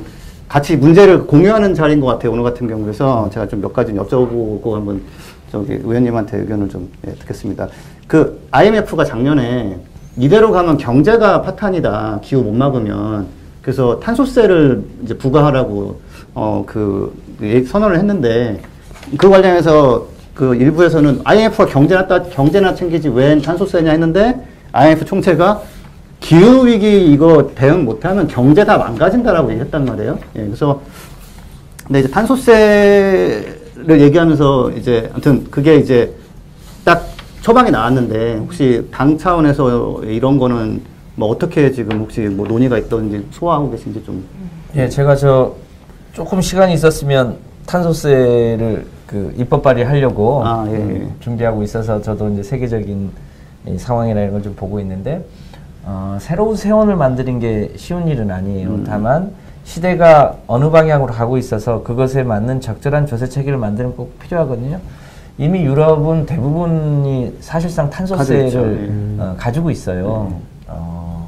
이제 최근에는 중국도 탄소세를 부과하겠다고 하는 고민을 하고 있는데 우리나라는 좀 늦었죠. 다만 세금을 더 걷자는 게 목표가 아니기 때문에 지금은 과거에는 이제 노동하는 것에 세금을 걷어서 뭐 그걸 경찰력도 국방력도 운영을 했는데 지금은 기후변화가 워낙 심각하기 때문에 소위 이산화탄소를 발생하는 석탄과 석유에 더 많은 세금을 부과할 필요가 있다. 다만 세금을 더 걷자는 게 목표가 아니기 때문에 그만큼 세금이 거치는 것을 예컨대 근로소득세 등에서 좀 그만큼을 상쇄해주는 그래서 전체적인 국가 세수는 일종의 중립적으로 하자고 하는 게 여러 나라들에서 지금 실제로 하고 있는 제도예요. 그래서 우리나라도 탄소세를 도입하는 게 불가피해 보여요. 그렇게 해야만 이산화탄소를 빨리 줄일 수 있으니까요. 그래서 현재까지는 개인적인 의견인데 저는 우리나라도 하게 되면 당연히 탄소세를 새로 부과하고 그만큼 늘어나는 세금을 감안해서 근로소득세는 낮춰줘서 사람들이 더 즐겁게 이 일을 통해서 소득은 벌되 이산화탄소 사용량은 줄여서 지구도 살리고 인간은 더 행복해지고 이렇게 하는 게 좋겠다고 생각해서 제가 혹시 이번 20대 국회는 이제 사실상 끝났고 21대 국회에 재선이 되면 여기 이제 새로 들어올 초선 의원님이랑 같이 이 탄소세도 일종의 세수 중립적 차원으로 시도해 보려고 합니다. 좋은 제도라고 생각합니다. 제가 서명 받으러 다니겠습니다. 법안에. 네, 여기서 이제 한 가지 제가 좀 이렇게 뭐랄까 다른 그러니까 일반적인 분들한테 좀 말씀드리고 싶은 게 이렇게 탄소세를 걷는다 그러면 세금만 높이나 막 이게 아니라 그런 활동하는 데는 매기는 대신에 근로소득세를 줄인다거나 이런 식으로 해가지고 사실은 친환경적으로 열심히 살려는 젊은이들은 세금 부담이 줄어들 수도 있는 거거든요. 그런 부분이 전달이 잘 안 되고 있는데 이미 파악하고 계시니까 일단 이거는 제가 체크하고요. 그리고 사실 이게 경제 성장하고도 크게 모순되지 않게 잘 설계할 수 있는 게 스웨덴이 이제 탄소세를 잘 운영한 사례로 많이 알려져 있는데 탄소세를 91년인가부터 부과하기 시작하면서 온실가스도 많이 줄이고 근데 또 그 기간에 경제성장 GDP는 70% 이상 높아졌어요. 그래서 이제 감축을 하면서도 뭐 세제나 여러 가지 정책을 잘 설계하면은 또 경제성장도 같이 이룰 수 있는 여러 가지 참고 모델들이 있다 이렇게 말씀드릴 수 있을 것 같아요. 저도 한 가지만 보충하면요. 이미 우리나라가 탄소세를 걷고 있어요. 일부 있죠. 사실상 우리가 이제 자동차 이 유류세에 50% 정도가 세금이거든요. 그 세금 이름이 교통환경 에너지세예요. 그런데 실제로는 그 돈을 어디다 쓰냐? 대부분을 도로 닦는 데 쓰고 있어요. 우리가 탄소세적 성격을 내고 있는데 그러면 그 돈을 걷어서 탄소세라면 당연히 이 탄소를 억제하고 재생에너지 쪽에 써야 되잖아요. 그런데 실제로는 그 돈의 대부분을 도로 닦는 데 쓰고 있죠. 그러니까 이미 유류세에는 탄소세 성격이 들어있기 때문에 지출 구조만 좀 바꿔주면 되고요. 그 외에 이제 석탄 발전소의 굴뚝이나 일반 이제 제철 회사나 시멘트 회사들에도 엄청나게 나오는데 그런 데들에만 좀 세금을 부과해주고 그 세수를 중립적으로 해주면 우리도 이미 꽤 걷고 있어서 그걸 잘 쓰기만 하면 될 것 같아요. 신기하네요. 전혀 몰랐습니다. 다음 질문은 그 아까 3020 목표 나왔던 얘기인데 그게 영국 노동당 같은 경우는 이번에 선거에서 좋은 성과는 못 거뒀지만 그 이제는 아예 계획이 최대한 빠르게 100% 재생에너지 간다라고 해놨더라고요. 예, 그러니까 이거는 뭐 속도를 조절할 필요는 없다는 판단에서 그래서 그 일단 아까 3020이 사실 우리나라에서 뭐 그것도 어렵다는 말도 많지만 온실가스 감축에서 좀 부족한 목표인데 그 목표를 강화하는 거에 대해서 혹시 뭐 민주당 내에서 논의가 있었다거나 뭐 그 활동하시면서 이렇게 어느 정도가 필요하다고 판단하신 게 좀 있으신가요? 제가 민주당은 아직 입당한 지 얼마 안 돼서 정확한 논의는 잘 알지는 못하는데 그 환경 전문가 분들은 저도 이제 국가기후환경회의에서 여러 가지 재생에너지 목표를 상향하는 거에 대한 논의를 하다가 지금 이제 여기로 온 건데요. 논의가 있습니다. 논의가 있고 그 아마 올해 5월 내지는 6월에 그 재생에너지 목표를 어떻게 상향할 것인지에 대해서 그 대통령 자문기구에서 의견이 나올 예정으로 알고 있고요. 실제로 환경 전문가분들은 그래도 우리나라의 여러 가지 상황을 고려하더라도 이제 그 미세먼지 문제도 해결하고 기후 위기도 막고 하려면은 2030년까지 적어도 재생에너지가 한 50% 정도까지는 가야 된다 이런 얘기를 하시는데 재생에너지라고 하는 게 사실 여러 가지 물리적인 제도적인 제약이 또 있기도 있어요. 그래서 조금 재미없는 얘기긴 하지만 보통 한 4가지 정도의 문제를 해결해야지 재생에너지가 50%까지 갈 수 있다 이렇게 얘기하거든요. 첫 번째가 일단 주민 수용성이 우리나라에서 많이 낮아가지고 태양광이나 풍력과 관련된 이제 주민 갈등 문제를 지혜롭게 해결하는 제도를 만드는 거.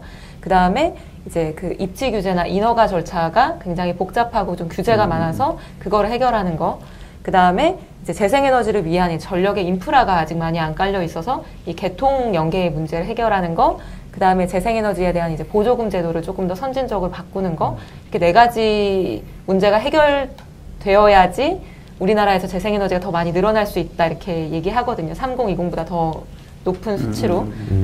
이게 사실 근데 전부 하나하나가 이제 국회에서 해야 될 일들이에요. 빨리 들어가서 하세요. 네. 그래서 그런 것들을 해야 된다고 생각합니다. 네. 필요합니다, 정말. 네. 네. 또 제가 청문회 같은데 준비한 건 좀 한번 하겠습니다. 지금 블랙록 같은 자산운용사가 전 세계에서 가장 큰 곳이 이제 기후변화가 이제 굉장한 사업 리스크이기 때문에 이제는 그런 걸 감안해서 투자를 결정하겠다 얘기했고, 하나 제시한 기준이 석탄 화력 발전으로 버는 매출이 25% 이상이면 도저히 그것은 투자가 없기 때문에 채권이고 뭐 증권이고 다 팔아버리겠다고 선언을 했습니다. 이건 지킬 것 같은데, 한전이, 한국전력이, 정부 소유인 한국전력이 40%가 넘거든요. 발전 비중으로 해서. 매출 비중은 또 25% 넘어갈 것 같은데, 그런 문제에 대한 그런 뭐 국회나 그 민주당에서 인식이 어떤가요? 이게 논의가 되고 있나요, 이게? 잘 아시겠지만, 문재인 정부 들어서 이제 국내에는 더 이상 석탄 발전을 짓지 않겠다고 했는데, 해외에서 짓는 것까지를 규제하고 있지 않아서, 한전과 그 자회사들이 해외에 지금 석탄 발전소를 일부 또 추가로 짓고 있는 게 있거든요. 네, 잘 아시겠지만 이게 기후 위기나 미세먼지는 지구적 차원의 문제이기 때문에 국내에서 안 되는 것이 다른 나라에서는 되냐, 이거는 도덕적으로도 그렇고 실제로도 이제 옳지 않기도 하고, 또 아직까지는 약간 더 우리나라 기준으로 보면 석탄 발전소에서 생산되는 전기의 값이 재생에너지에서 생산된 전기값보다 조금 더 싸거든요. 근데 이게 곧 생산성 정도가 달라져서 우리나라도 곧 2025년이 넘어가면 재생에너지에서 생산된 이제 전기가 더 싸지는 단계가 되는데, 그러면 이게 그 자체로 이제는 부담이 되는 거죠. 뭐 전문 용어로 무슨 좌초자산이라고 하던데, 이제 그게 더 비싸지는 시대가 오는 거예요. 그러면 그 자체가 그 회사 운영하는데 적자 요인이 될 가능성이 높잖아요. 이제 그런 면에서 우리 이제 한국전력이나 그 자회사들도 빨리 석탄의 비중을 줄이고 그 회사들이 재생에너지에 집중 투자를 해서 전력의 발전원을 이제 바꿔야 되는 이 과도기에 놓여 있는 거죠. 근데 아직까지 과거에 그 관성이 있어서 그것을 바꾸려고 하는 노력이 좀 부족한 게 사실이고, 제가 이제 국회에 와서 그 부분에 대해서 집중적으로 문제 제기를 하고 있는데, 이제 조금씩 석탄 발전소의 총량을 이제 줄여나가고 있는 건 맞고, 또 그와 관련해서 이제 국내 수출입은행이나 무역보험공사 등이 대출을 해주거든요. 그 대출을 안 해주겠다고 하는 국내 보험사나 은행도 늘어나기 시작했어요. 그래서 아마 내년 내후년쯤 되면 석탄 발전을 짓겠다고 하면 이제 대출 자체가 안 되는 때로 가게 될 것이어서 결국 이게 이제는 더 이상 이런 산업은 줄어들지 않겠나. 지금이 아마 거의 피크 지점으로 보여집니다. 근데 이것도 열심히 노력해야 변화하는 거기 때문에 우리 그린피스나 정치 영역에서 더 집중적으로 노력해야 될 것으로 보입니다. 근데 이렇게 질문하면 그게 힘드네요, 생각보다. 그래도 한두 개만 더 여쭤보겠습니다. 저희가 이제 그린피스 벨기에 사무소에서 자동차 산업이 얼마나 빨리 변해야 되는지 알아보려고 이렇게 용역을 줬는데 자동차랑 관계인 데서는 안 받아주더라고요.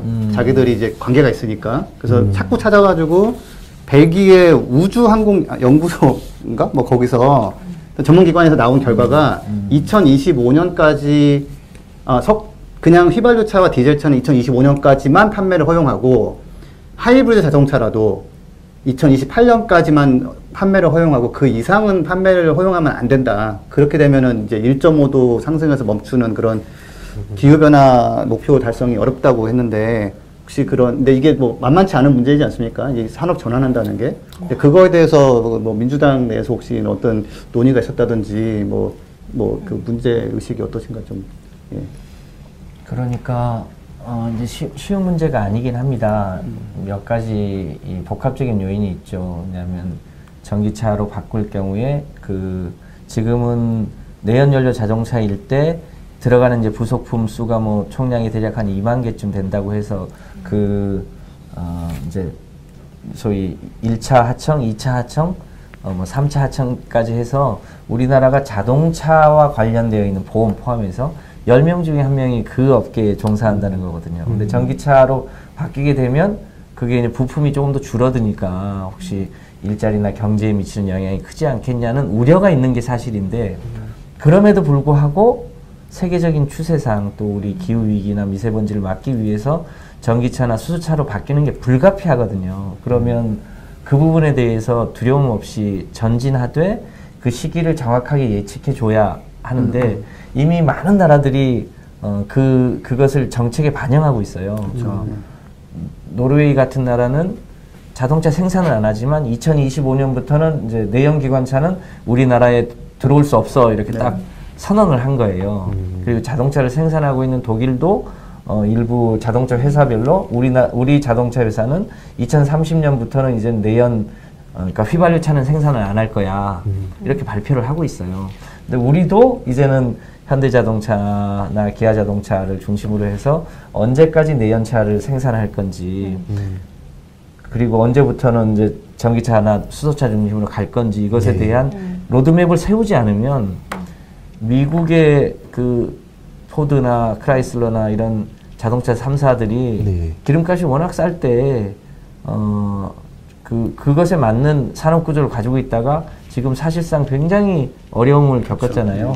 우리나라도 그런 추세를 쫓아가지 못하면 이 자동차 수송 분야의 경쟁력이 낮아질 수 있기 때문에 지구도 살리고 세계적인 변화 추세에도 따라가야 되기 때문에 대체로 그 시점이 2030년 전후가 될 거다. 그래서 저희도 대략 2030년 이후부터는 사실상 이 소위 휘발유차 생산은 디젤차. 멈춰야 되는 거 아니냐는 게 대체 의견인데 이것을 공론화하고 입법화하고 이런 데는 시간이 좀 걸릴 거여서 다음 21대 국회에서 본격적으로 공론화를 해야 되지 않는가 이렇게 생각하고 있습니다. 빨리 가시고. 빨리 가셔서. 집에요? 아니요. 21대 국회로. 그러니까 이게 지금 중국에서도 내연기관차 퇴출 논의가 있잖아요. 이미 2040년인가요? 35년, 40년. 네네. 그러니까 이게 글로벌하게 이제 내연기관차 살 만한 국가들이 없는 거예요, 점점. 수요가 많이 줄고 있죠. 네, 그래서 전기차 회사로 유명한 테슬라의 시가총액이 지금 GM하고 포드를 합친 것보다 더 높아진 거잖아요. 그래서 우리나라도 방금 이제 자동차 산업에 종사하시는 분들이 많다 이렇게 얘기했는데 사실 이제 손을 놓고 있다가 이 분야로 빨리 전환하지 않으면은 굉장히 어려움에 처할 수 있는 거예요. 특히 수출 분야에서는. 그래서 수출이든 내수든 이게 빨리 바뀌어야 되는 어떤 경제적인 필요도 큰 것 같습니다. 제가 유럽 논의를 보니까 재밌는 부분이 이제 내연기관차 부품 생산이나 이런 건 당연히 고용이 좀 줄어드는데 그 이제 전기차로 가면 소프트웨어 엔지니어링 되게 중요해져서 소프트웨어 하는 사람들도 일자가 늘어나고 또 지역마다 이제 전기차 충전소가 많이 늘어나야 되기 때문에 그거를 설치하는 그런 지역 기반의 일자리는 또 굉장히 많이 늘어날 수 있다고 나와 있거든요. 그래서 그쪽으로 아무튼 예, 좀 역할을 잘 해주시면 좋겠고 하나는 제가 건너뛰겠습니다. 너무 힘들어서 네. 제가 그래서 그 독일의 집권당이 메르켈 총리 CDU라는 정당이 있어요. 그 크리스찬 데모크래틱 유니언인가 해가지고 하여튼 그 기독 민주당인데 저희 그린피스가 이제 작년에 어떤 일이 했었냐면은 C자를 당사에서 C자를 떼다가 그리고 도망갔어요. 나쁜 짓 했네. 네, 그 크리스찬의 역할 중에 하나가 뭐 그 지구 생명을 좀 지키고 신의 피조물을 지키고 뭐 이런 건데 아무튼 그냥 예, 그 갖다 붙인 걸 수도 있고요. 근데 그 말은 근데 아무튼 역할을 좀 더 해달라 강하게 예, 그래서 그렇게 했었는데 민주당 거에서 저희가 뛰고 도망갈 수 있는 게 뭐가 있을까요? 아니면 뭐가 있어? 나가시면 도망가시. 아니 그렇게 해서 자극을 이거 들고 가면은 좀 찾으러 보시면서 그러니까 그린피스 요구한 게 기업이나 정책을 제대로 할 때까지 실제 돌려주지 않겠다 하면서 퍼포먼스를 한 거였어요. 그래서 생각해보니까 요거 괜찮을 것 같은데 그러니까 이거 없는 채 방송할 것 민자를 같은데. 띄워가세요. 민자를. 민자 어디 있죠? 그거 밖에 민주당 있나요? 당사 어디 그 밖에 있어요. 경찰분들 언제 쉬시죠? 근데 제가 궁금한 거는 민주당에서 그러니까 이런 정책이나 논의를 강하고 활발하게 하려면 어떤 것이 필요한지 뭐 저희한테 뭐 부탁하셔도 되고 아니면은 뭐 이렇게 뭐 이런 뭐 뭐가 있을까요? 이렇게 2년 동안 해보신 거. 그러니까 최근에 이제 부동산 문제에 대한 국민적 관심이 많잖아요. 그래서 저희가 이번에 민주당의 국회의원 후보로 출마하는 사람들은 수도권 지역의 투기 대상 지역에 뭐 주택을 2채 이상 가지고 있는 사람은 2년 이내에 한 채를 매각하는 것에 대한 서약을 하고 그 후보 등록을 받았잖아요. 네. 그런 것처럼 우리 그린피스가 좀 우리 당에 여기 우리 황희도 씨가 공관위원이니까 좀 상의해서 21대 국회에 출마하는 사람들이 기후 위기와 관련해서 일종의 실천해야 될 실천 과제들 그리고 거기에 서명하지 않으면 뭐 출마 자격을 안 준다든지 혹은 뭐 그런 거를 해서 그러니까 민주당이 그 집권당으로서의 개개의 국회의원이 가져야 될 최소한의 기본 소양으로 뭘 할 수 있도록 하는 거를 같이 해주시면 뭐 직접 그 일에 전문적으로 하지 않더라도 확실히 아무래도 이제 서명을 하면 좀 더 책임감도 생기지 않겠어요? 그리고 나중에 그 일을 안 하면 당신 화장실 갈 때랑 왜 나갈 때랑 틀려 이렇게 들이대면 좀 약간의 뭐랄까 강제도 될 거고 그럴 테니까 우선 그것부터 해보면 어떨까요? C자 떼어가는 심정으로. 그럼 이거는 두고 가겠습니다. 네, 이거 말고 이건 두고 가고 마지막 경고.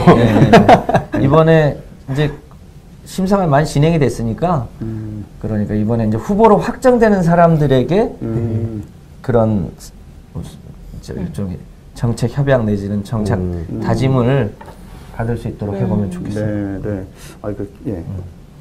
너무 좋은 아이디어인 것 같습니다. 진짜 되게 좋은 아이디어. 대본에 써 있는 것도 아닌데. 아까 당명 얘기를 하셨는데 제가 그 당명 얘기 들으면서 든 생각이 그러니까 더불어민주당이잖아요. 그렇죠. 이게 그 더불어라는 단어가 그 신영복 선생님의 더불어숲에서 따왔다고 제가 들은 적이 있었는데 이게 다른 말로 하면 공존이잖아요. 그 의원님 책 제목이기도 한데 그래서 약간 공존이라고 하는 게 또 민주당의 새로운 정신인 것 같아요. 그게 또 오늘 이제 논의한 것들이 우리 모두 모든 생명, 모든 인류 공존을 위한 얘기니까 이게 어떻게 보면 민주당의 새로운 어떤 당의 가치와 정신이지 않나 생각합니다. 더불어를 떼어가야 되겠구나 C자 대신. 또 당연히 또 언제 바뀔지 몰라가지고 민주는 안 남았을 것 같은데. 또 하나만 잠깐. 저기 해외 그런 정당들하고 교류나 뭐 아니면 약간 벤치마킹하는 그런 정당 같은 게 있나요? 민주당이 뭐 이 나라의 이런 정당이 참 우리 가치나 이런 거 맞는 것 같다. 뭐 혹시 그런 게 있습니까? 저는 개인적으로 스웨덴의 집권 3인당에 대해서 나름 의미를 두고 있는데요. 그러니까 이 독일 같은 경우는 녹색당이 활발하게 활동하면서 다른 정당에 영향을 미치고 그렇죠. 또 연정에 참여하면서 독일 전체의 소위 지속 가능성을 높였다고 하면 스웨덴 같은 경우는 이제 1920년대부터 집권을 쭉 해오다가 1990년대에 이 정강 정책을 크게 한번 바꿔요. 그러니까 1930년부터 90년까지는 주로 복지국가, 그러니까 국가는 국민의 집이어야 된다고 하는 정책으로 쭉 해오다가 그 90년대 중반에 그러니까 스웨덴 3인당의 정강 정책의 핵심에 녹색을 집어넣습니다. 그래서 스웨덴 3인당이 90년대요? 네, 96년인가 그렇게 해요.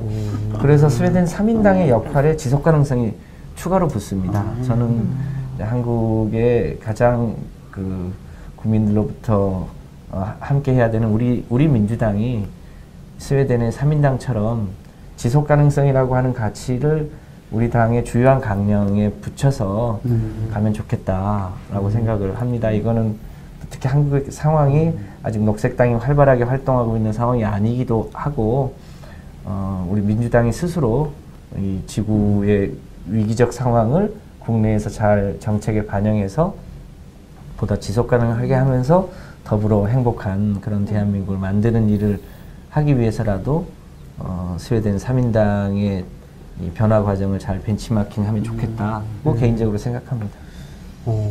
좀 답변은 어떻게 만족스러우셨나요? 예, 좋은데요. 근데 저는 국가는 집이다가 국민의 집. 국민의 집이라고 해서 지금 상황은 집이 불타버리거나 물에 잠길 수 있기 때문에 예, 국가는 집을 지켜야 한다라고 해서 그러니까 이게 정말 저는 자꾸 말씀드리는 게 이게 무슨 환경 막 주의자들의 이거라고 생각하시면은 이게 절대 큰 오해거든요.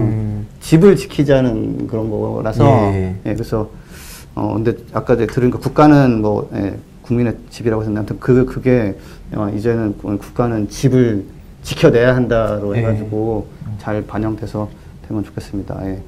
진짜 오늘 이렇게 어떻게 보면 시간이 되게 참 짧아서 아쉬웠던 것 같아요. 근데 워낙 또 중요한 문제다 보니까 기회가 되면 또 다음에 한번 또 모시고 싶다는 생각이 드는데요. 오늘 또 김지석 스페셜리스트님께서 두 분께 전달하기 위해서 뭐 준비하신 게 있다고. 예, 그러기로 이제 짰는데 안 들고 왔어요. 제가 인쇄를 안 해가지고. 아, 네, 그래서 방송 사고네요. 근데 이미 내용은 한번 전달을 제가 사실 당 차원에 이미 드렸긴 했는데 다음에 그냥 또 다음에 촬영을 해야겠네요. 이거 네, 어떤 건지 궁금해하신 분들이 네, 계실 수 제가 있으니까. 준비 못해서 제 잘못입니다. 죄송합니다. 예. 아닙니다. 네. 네. 아무튼 그러면은 이제 좀 쭉 그 전반적인 저기 있네요. 저기 있나요? 예. 혹시 이거 이렇게 뭐 하신 거 아니죠? 아니에요. 저 왔네. 네. 하니까 현역 의원님께 현역. 네. 네. 이게 다 가리고 있는데. 이거 보이시죠? 기후 비상 사태 대응 정책 제안서 그린피스에서 저희 민주당의 당대표 비서실장이자 산업위 의원한테 주시는 걸로 해서 이것을 적극 우리 당에 또 준비하셔야 돼요. 정책으로 반영할 수 있도록 하겠습니다. 좋습니다. 이 두 분의 앞으로의 역할이 굉장히 중요하고 꼭 들어가셔야겠네요, 진짜.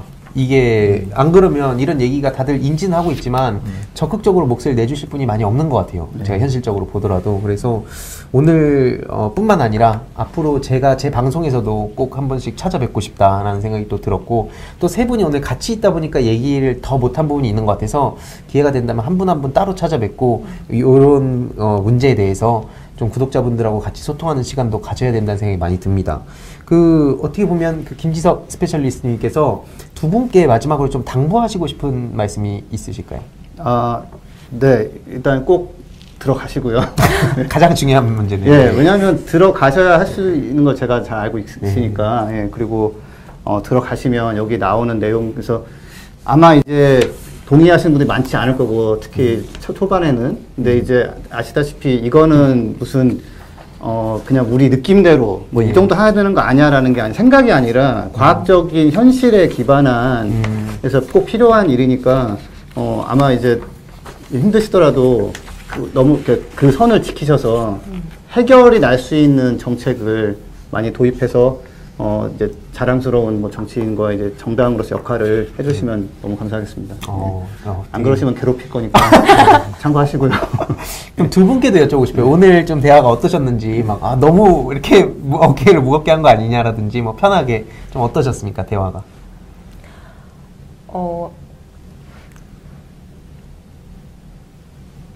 의원님 먼저. 네.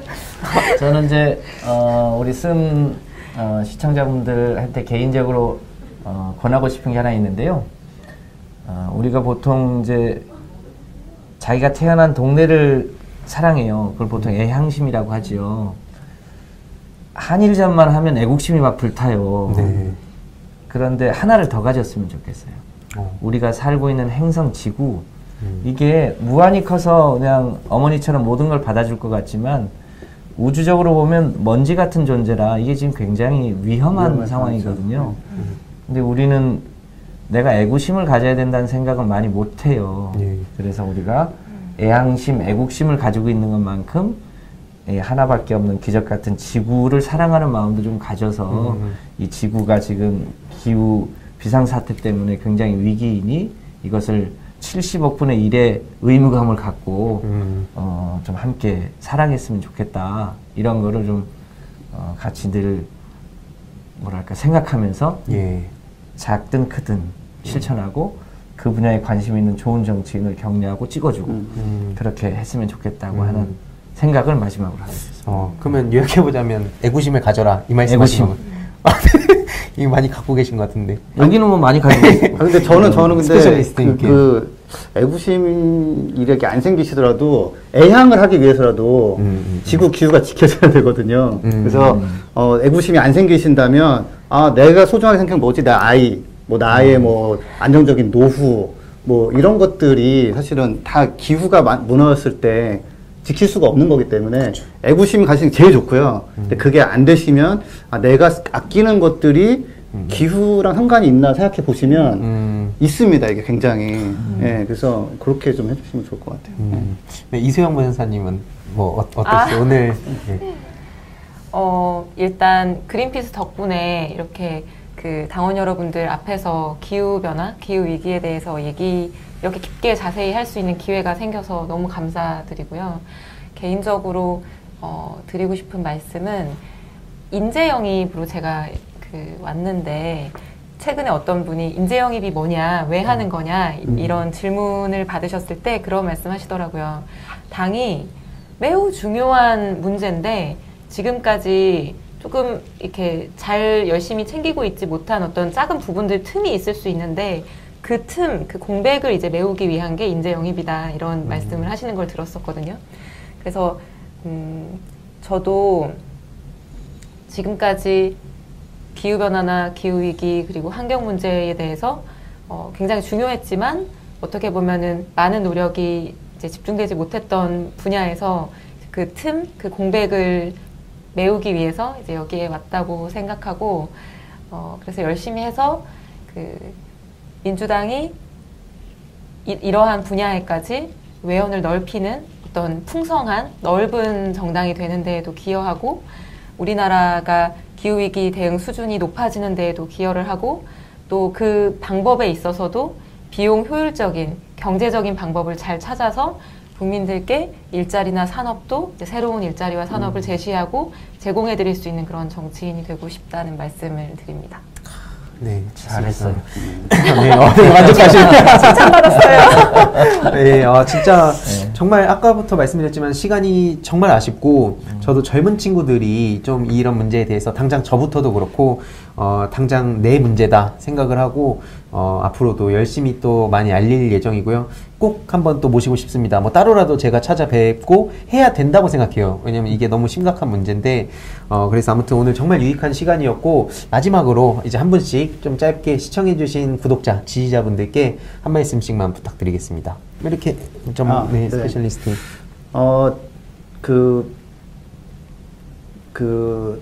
민주당 뭐 지지자분들이 많이 보시니까 이 민주당이 지금까지 우리나라 뭐 현대 국가 건설과 이 이런 거에 큰 역할을 해오지 않았습니까? 예, 그래서 근데 이제부터는 기후라는 문제도 좀 챙기셔야 아마 더 이렇게 자랑스럽고 멋진 정당이 될 거예요. 그러니까 해외에서 지금 뭐 미국에서 선거 같은 걸 보면은 정말 그 민주적인 것을 이렇게 지지하는 사람들은 이제 기후로 영역을 넓히고 있거든요. 그리고 어떻게 보면은 뭐 오해가 있을지 모르겠지만 민주주의보다 일단 기후가 더 중요하다라는 뭐 그런 얘기도 막 있을 정도로 기후가 위기가 온다면은 뭐 민주주의나 뭐 정상적인 사회 유지가 어렵다는 게 이제 분석이기 때문에 그런 면에서 아무튼 이번 기회에 한번 이쪽 이슈에 대해서 조금 더 이해를 넓히시고 관련해서 활동하시는 분들을 좀 많이 지원해 주시면 너무 좋을 것 같습니다. 감사합니다. 감사합니다. 저는 아까 뭐 거의 마무리 멘트를 하다시피 한 건데요. 최근에 코로나19 때문에 어려움이 많은데 세계적으로 지금 대한민국이 가장 그 방역이나 대응을 잘하고 있다고 하잖아요. 이 기후위기 영역도 우리가 객관적으로 보면 유럽의 선진국들에 비하면 조금 늦어요. 그런데 우리가 또 뭐 한번 한다 그러면 또 엄청 속도감 있게 또 그 분야의 모범 국가가 되어온 여러 분야의 사례가 있잖아요. 그런 것처럼 우리가 힘을 모으면 이 영역도 지금은 위기인데 이 위기를 넘어서 우리가 인류 사회의 이 분야에서도 모범적인 국가가 될 수 있을 거다라는 믿음이 있는데요. 그 중심에 우리 이제 더불어민주당의 당원들과 그 지지자분들이 있을 거고 또 저희도 늘 함께하겠다는 말씀드리고요. 요 영역이 코로나19 예방하는 것처럼 기후위기도 우리 민주당이 잘 해결해 나갔으면 좋겠고 그 일에 늘 함께하면 좋겠습니다. 네. 다시 한번 돌아오. 네. 저 사실 아까 한 답변이 마지막 하고 싶은 말이었는데 편집해서 그거를 편집해서 한마디만 덧붙이자면은 어쨌든 이제 기후와 환경을 대변해서 그 정치에 나선 사람으로서 보다 안전하고 깨끗하고 또 좋은 삶을 담보할 수 있는 이런 사회를 만들기 위한 이제 노력을 다하고 싶고 또 이제 당의 당원이 됐으니까 이번에 정말 모든 노력과 모든 걸 다해서 총선 승리에도 일조하고 싶습니다. 네, 구독자 여러분, 이소영 변호사님, 김성환 의원님 이번에 정말 중요한 역할을 앞으로도 많이 하셔야 된다는 점 많이 기억해 주셨으면 좋겠고요. 또 그 김지석 스페셜리스트님이 또 밖에서 또 엄청나게 많은 활동하니까요.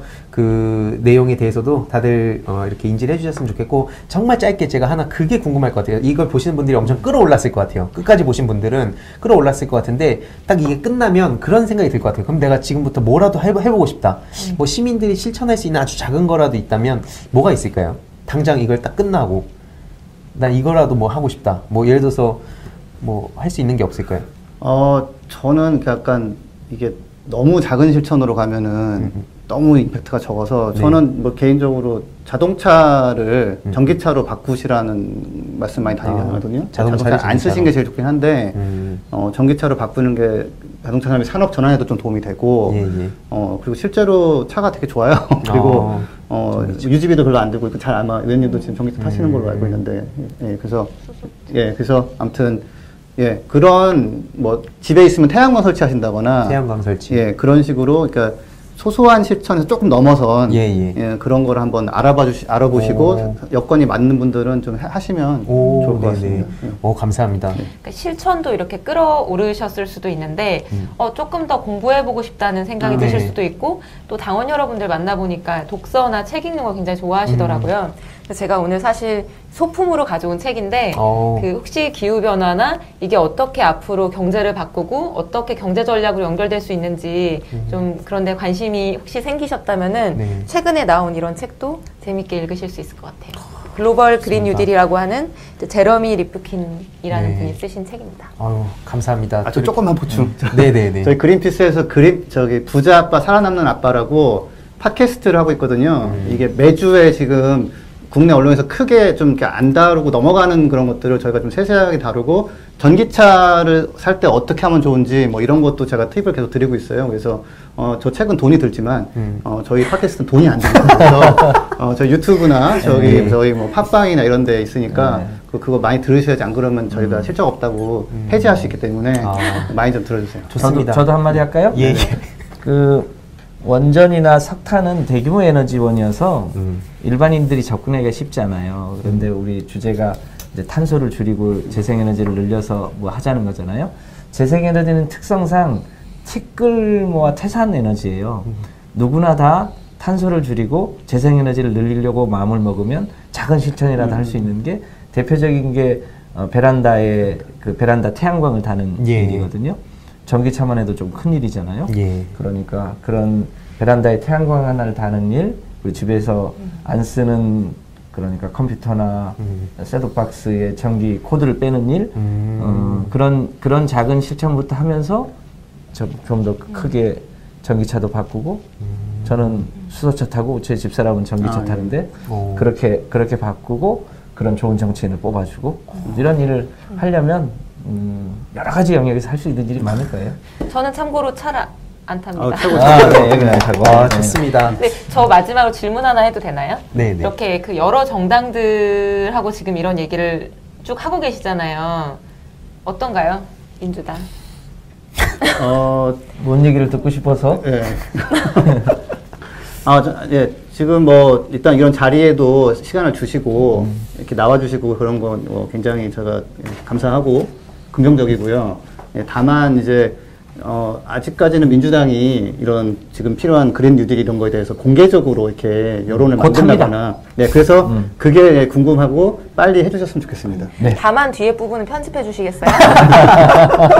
네, 좋습니다. 네, 그럼 네. 진짜 이제 마무리해야 되는데 네. 제가 딱 키워드만 딱 말씀하면 될 것 같아요. 이 두 분은 이제 국회로 가셔서 열일할 수 있게 이걸 보시는 분들이 많이 도와주시면 좋을 것 같고요. 그린피스 아까 팟캐스트 뭐 그런 거랑 네, 후원 많이 해주셔서 응원을 해주시면 될 것 같습니다. 깔끔하죠? 네. 예. 네, 좋습니다. 그럼 이제 저희가 아쉽지만 마무리를 하도록 하겠습니다. 같이 인사를 하면서 마무리를 하도록 하겠습니다. 네, 시청해주셔서 감사합니다. 감사합니다.